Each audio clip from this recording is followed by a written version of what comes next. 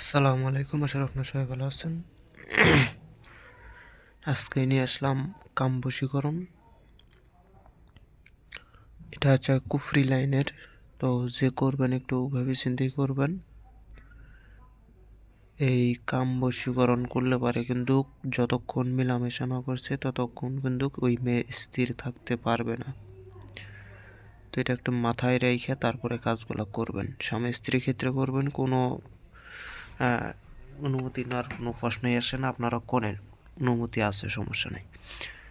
কিন্তু প্রেমিক প্রেমিকার ক্ষেত্রে দিতে পারবো না, কেননা অনেকেই আছে অনেক মেয়ের ইজ্জত হরণ করে ফেলবে, এই জন্য করে অনুমতি দেওয়া যাবে না এগুলার। আবার অনেকেই আছে পুন্ডামি করে অনুমতি ছাড়াই কাজ করে আর মনে করে কাজ হয়ে যাবে, জীবনও হবে না। তন্ত্র মন্ত্র লাইনটা হচ্ছে এমন একটা লাইন, যে লাইনের ভিতরে যার গুরু নাই ওই কখনো কাজে সাকসেস করতে পারবে না। যার বিদ্যা তার কাছ থেকে অনুমতি ব্যতীত তন্ত্রমন্ত্র কখনোই প্রাণ প্রতিষ্ঠা পায় না বা শক্তি আসে না। আপনি হাজারবার কাজ করলেও আপনার দ্বারা সেই কাজ সাকসেস হবে না।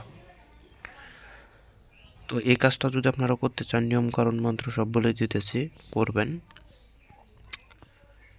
অনেকেই আছে আমার কাছ থেকে কবিরাজি মালপত্র কিনে, যতটুকু আমার কাছে আছে, চান্ডাল জারজ এগুলো অনেকেই কিনে।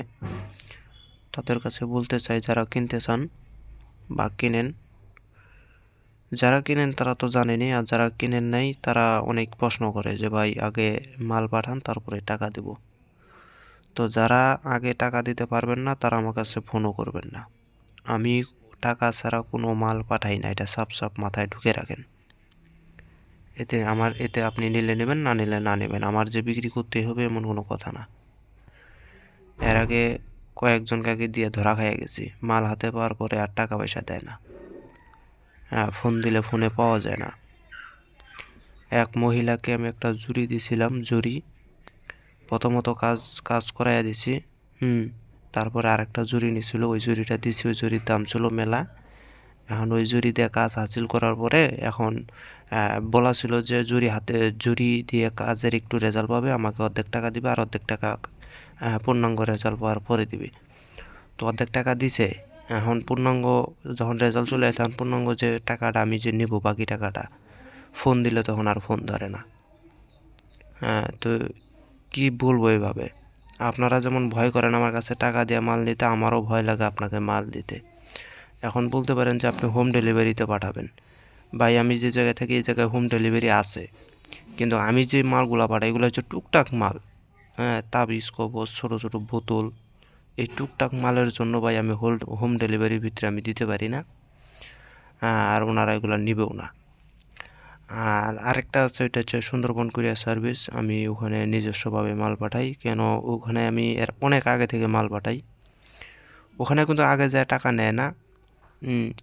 টুকটাক মালের ক্ষেত্রে ওখানে রুলস যে বড় বড় কার্টুন বস্তা হলে পারে তবেই তারা মালগুলা, হ্যাঁ, ওখানে মাল হাতে দিয়ে পরে টাকা নিবে।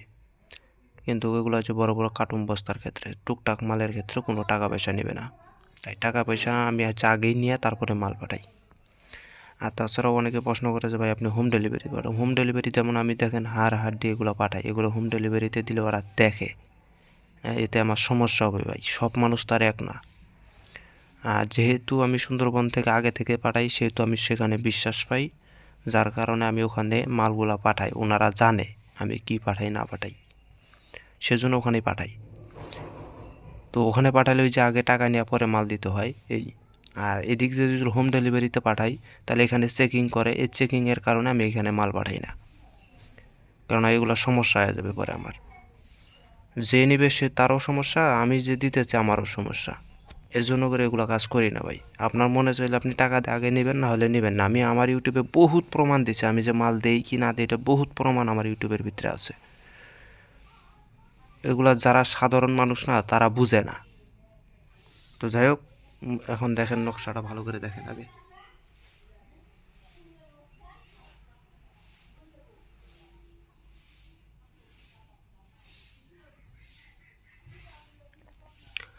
এটা হচ্ছে আমার হারুত মারুত বইটার থেকে দিলাম বা খাতাটার থেকে দিলাম। এটার পিডিএফ ফাইল যদি কেউ নিতে চান 2000 টাকা পিডিএফ ফাইল, আর যদি ডাইরেক্ট কেউ ফটোকপি নিতে চান 5000 টাকা নিব। এটা নিয়মটা দেখেন। শনিবারের সকালে 3টি নকশা অঙ্কন করিবে, একটি সকালে পুরাবে, একটি দুপুরে, একটি সন্ধ্যা পুরাবে।